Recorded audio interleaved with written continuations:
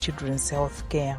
Malawi Legal Aid Bureau seeks funding boost to strengthen operations and expand access to legal services. Government pushes for reduction of non-cotton mine.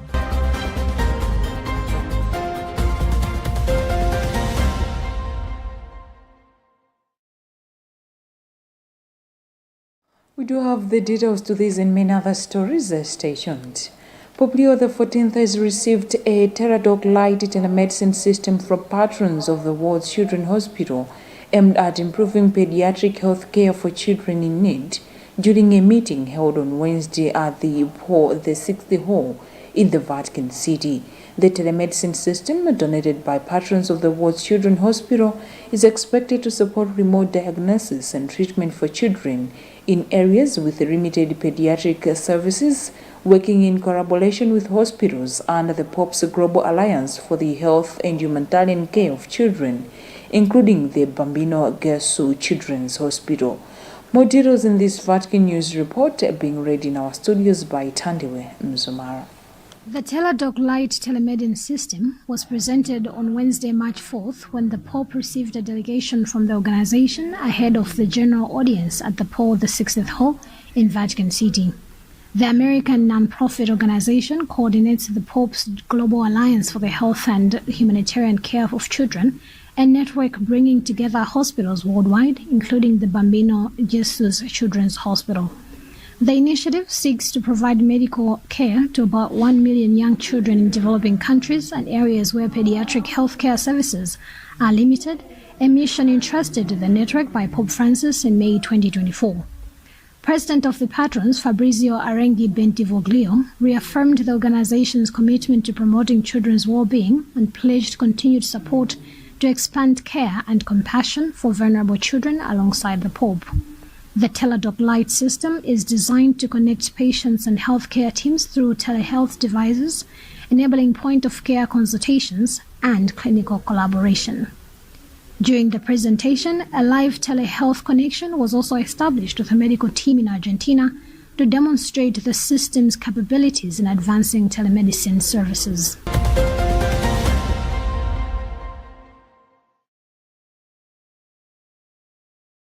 The Malawi Legal Aid Bureau has asked the Parliamentary Cluster Committee on Legal Affairs and Government Assurances to increase its funding allocation in order to strengthen its operations and expand access to legal services across the country.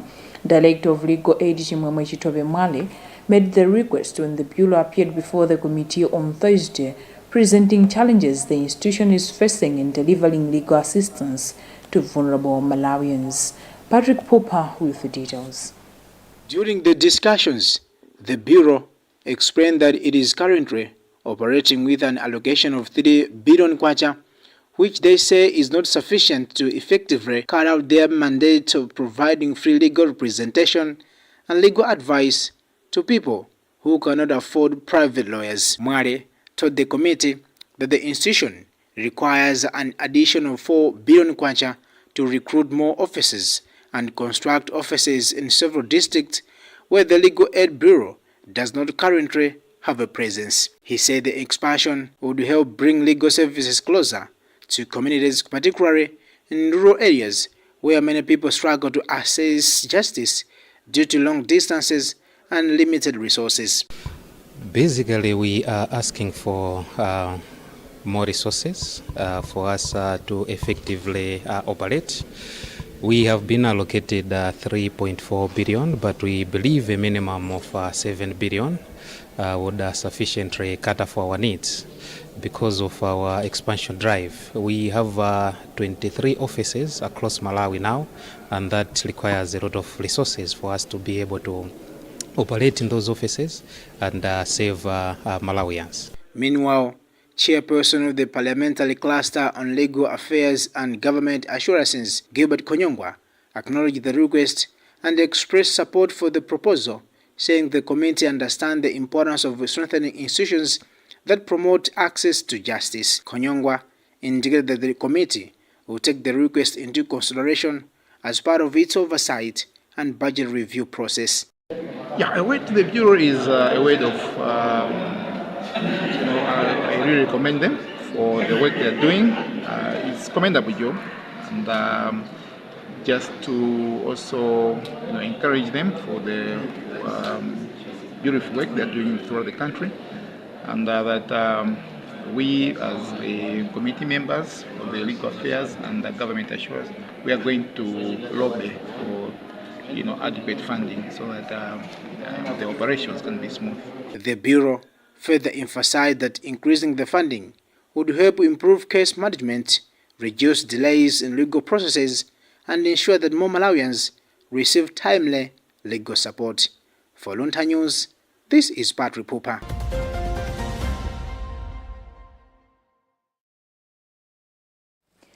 Government has expressed a concern over the high levels of non-revenue water among Malawi's water utilities, saying the losses are affecting revenue collection and the efficiency of water supply systems in the country. Principal Secretary in the Ministry of Agriculture, Irrigation and Water Development responsible for water development, Dr. Henry Manford Njoloma, says government is committed to addressing the challenge through investment, staff motivation and collaboration with development partners. Dr. Njoloma made the remarks in Lilongwe during the 5th National Workshop on Non-Revenue Water, which brought together stakeholders from the country's water utilities, development partners and academia to discuss ways of reducing water losses. More details in this report, read by Gift Kalonga. In an interview, Dr. Njoloma explained that non-revenue water problem is common globally but has become a serious concern in Malawi, where all 5 water boards are recording losses above the internationally accepted threshold of 25%. Dr. Njoloma said government is not satisfied with the current situation and is working to ensure that water utilities improve efficiency and revenue collection. He said government is engaging multilateral and bilateral partners to mobilize investments aimed at replacing aging infrastructure such as old pipelines, while also motivating staff in the water sector to intensify efforts in reducing the losses. You could describe as the water that you have produced, but you are not collecting revenue out of it. So it represents a huge loss to the production system. And this is an entity, I must say, or a problem that usually exists amongst all the water utilities in the world. I must mention that in Malawi, our water utility companies, which are the water boards, the 5 water boards, are facing a similar challenge. Water Service Association of Malawi, WASAMA Executive Director Vitumbiko Nkandawire described non-revenue water as a major challenge affecting the performance of utilities in the country. Nkandawire said current losses range between 26 and 46% across the water boards, a development that affects both the availability of water and the financial sustainability of the utilities. Talking of non-revenue water is still a significant issue which is affecting the performance of the utilities in the country. It is ranging from around 26 to around 46% amongst all the water boards against the standard, the international standard of 25%. This is affecting both on the quantity of water available as well as the loss in revenue collections. So it is a serious issue amongst all the water boards.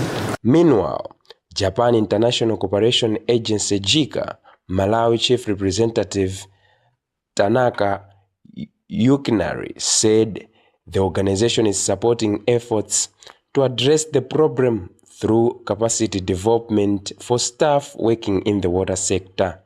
Yeah, so that we have the Japan and have the knowledge and the experiences for against the non-revenue water activities.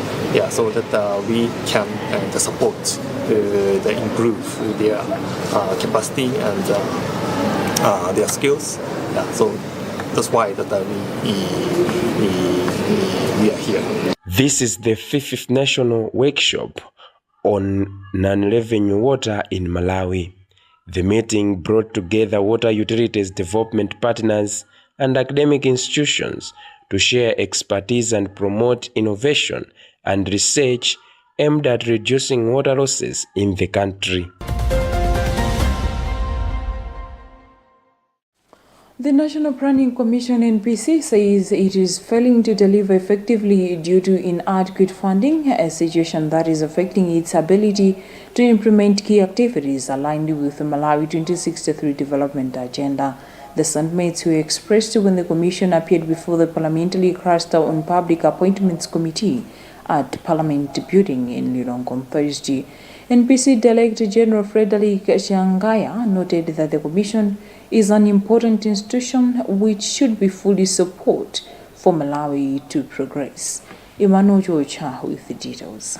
The committee, Changaya said the Commission plays a critical role in guiding the country's long-term development planning, but its operations are being hampered by a lack of resources. Changaya said the Commission had proposed a budget of 7 billion kwacha in the 2026-2027 national budget, but it was allocated only about 2 billion kwacha. He therefore appealed to the government to provide an additional 2 billion kwacha, which would raise the funding to 4 billion kwacha. According to Changaya, the additional resources would help to improve the Commission's operation, including purchasing vehicles and covering other administrative costs necessary for the institution to effectively carry out its mandate. As the National Planning Commission, we've got a number of activities that we have to do.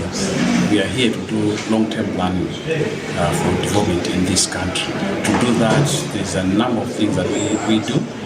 One of them is to make the development plans. Once we do the development plans, we have to work with the implementation partners, which are the MTS. That requires a lot of traveling, a lot of meetings, a lot of engagement with the stakeholders.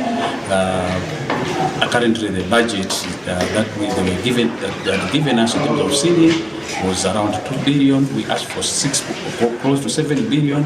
We asked for this to include support, more support for fuel, more support for vehicles, for management vehicles for the poor, to ensure that we are able to canvass the whole country. Chairperson of the Parliamentary Public Appointments Committee, Sylvester Ayuba James, acknowledged the importance of the Commission, noting that it needs adequate funding to effectively fulfill its role in driving the Malawi 2063 development agenda. Well, looking at the mandate and the relevance to our development agenda, I think the request is justified. The only question is where do we get that money from? And I think that will be the headache of the Minister of Finance and his team. But regarding justification for that request, I think there is no question about that. The National Planning Commission was established through the Act of Parliament in 2017. The autonomous public institution is mandated to coordinate and guide long-term national development planning in Malawi. Reporting for Luntha Television, I am Emmanuel Chiwocha. You are watching news on Luntha Television. You will be back after this short break.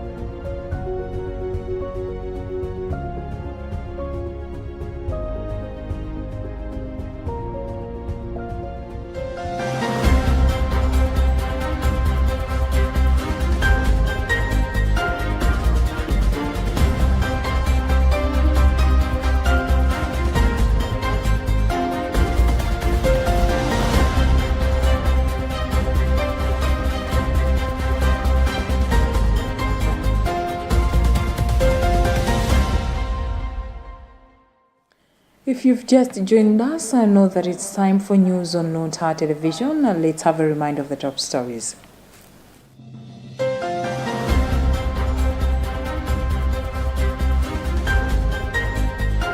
Poplio the 14th receives advanced telehealth device for children's health care.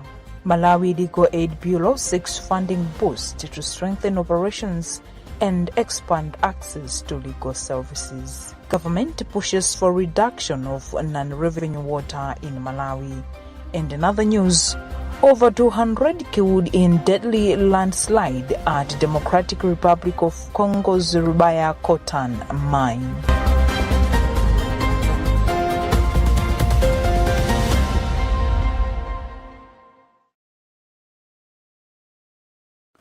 Moving on with the news, the government's decision to maintain strict expenditure control measures for the 2026-2027 financial year has attracted reactions from economic experts and civil society, with some welcoming the move, while others say more must be done to protect public resources. The Human Rights Defenders Coalition and economic analysts say the measures are aimed at managing limited resources and stabilizing the economy as the country continues to face difficult economic conditions. Constance Kantemeni has filed this report.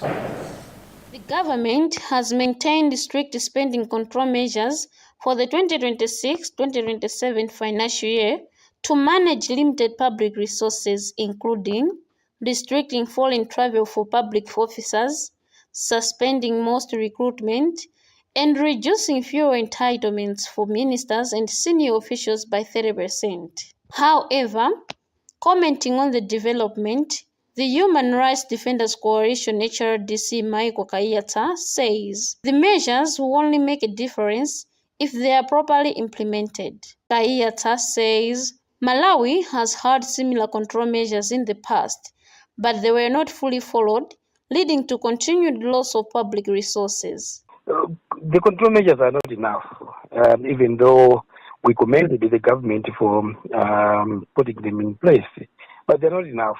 Look how much resources we are continuing to lose the country. A lot of resources, millions, if not billions, every year.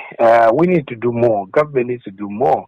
However, having the measures in place is one thing, and ensuring that they are working and being enforced is another thing. So, as the HRDC, we have always insisted that these measures, even though they are not adequate, but they need to be implemented.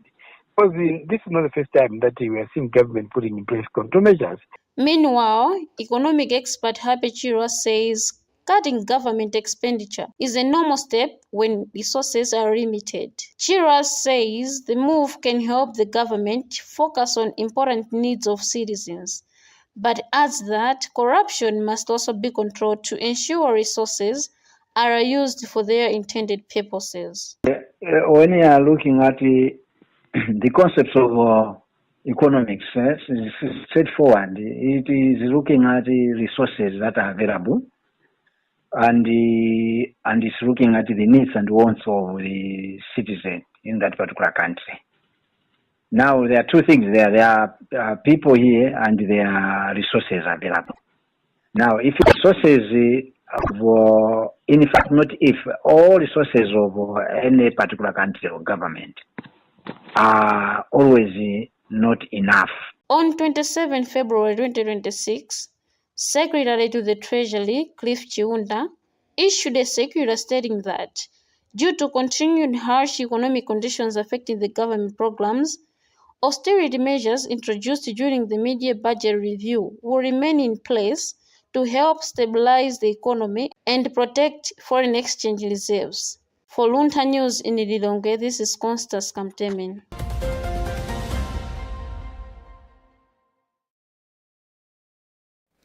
The Malawi Electoral Commission MEC has called on community leaders to mobilize voters and promote peaceful participation to ensure a credible and orderly by-election. MEC Commissioner Richard Chepweteka made the remarks as he reassured the public that preparations for the upcoming by-election are at an advanced stage, with only ballot paper delivery remaining. The Commission conducted engagement meetings with traditional, religious and community leaders on Thursday to reinforce adherence to electoral procedures ahead of polling day. Judith Organ has filed a report being read in our studio by Emmanuel Georgia. Champutega said the meetings are aimed at briefing leaders on voting procedures, key messages, and what is required and prohibited during the electoral process. He stressed that while there may not necessarily be a knowledge gap, it is important to continually remind stakeholders about the rules and the processes to safeguard the integrity of the elections.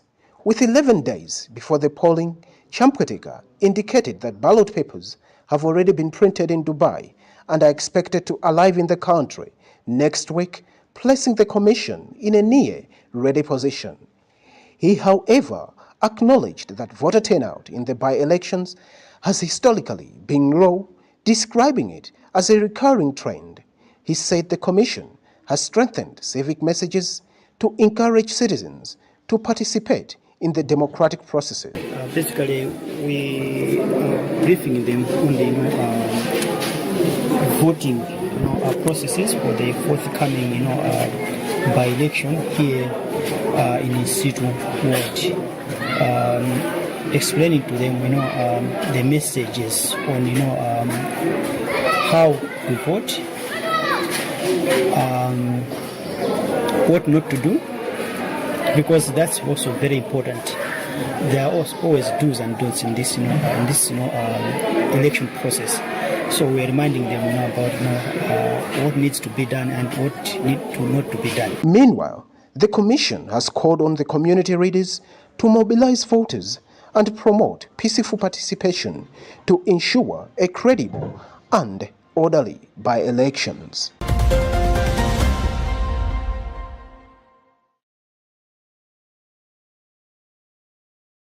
And in news from across the borders, the death toll from the catastrophic landslide at a key mining site in the Eastern Democratic Republic of Congo has continued to rise, with authorities now reporting more than 200 fatalities in what is feared to be one of the deadliest mining disasters in the region in recent years. The collapse occurred on Tuesday at the sprawling Rubaya cotton mine, a critical source of cotton, a mineral used in the production of electronic devices worldwide. The site is situated roughly 70 kilometers west of Goma, the capital of North Kivu province, an area currently under the control of the Rwanda-backed rebel group M23. We have a Reuters report read by Alison Banda. According to a statement from the mining ministry, the provisional death toll includes at least 70 children, with many more people injured. Rescue efforts have been hampered by the scale of the collapse and lack of proper equipment. Many miners in the area operate in formal or artisanal conditions, often without adequate safety measures, making such sites particularly vulnerable to accidents. Rubia is one of the largest cotton mining areas in the country, and thousands of people depend on the site for their livelihoods. The eastern region of the Democratic Republic of Congo has long been plagued by conflict, with armed groups vying for control of lucrative mineral resources. The presence of rebel forces and ongoing insecurity have made regulations and safety enforcement extremely challenging. Independent confirmation of the casualty figures remains difficult due to restricted access to the remote area. Humanitarian organizations and major medical facilities have limited presence there, and telecommunications are frequently disrupted. Authorities have warned that the death toll could rise further as research and recovery operations continue.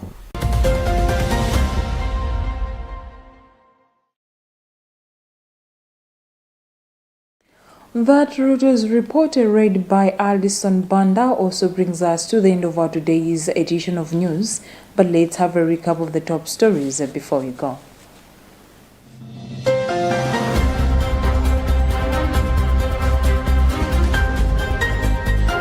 Pope Leo XIV receives advanced telehealth device for children's health care. Malawi Legal Aid Bureau seeks funding boost to strengthen operations and expand access to legal services. Government pushes for reduction of non-revenue water in Malawi. And in other news, over 200 killed in deadly landslide at Democratic Republic of Congo's Rubaya Coltan mine.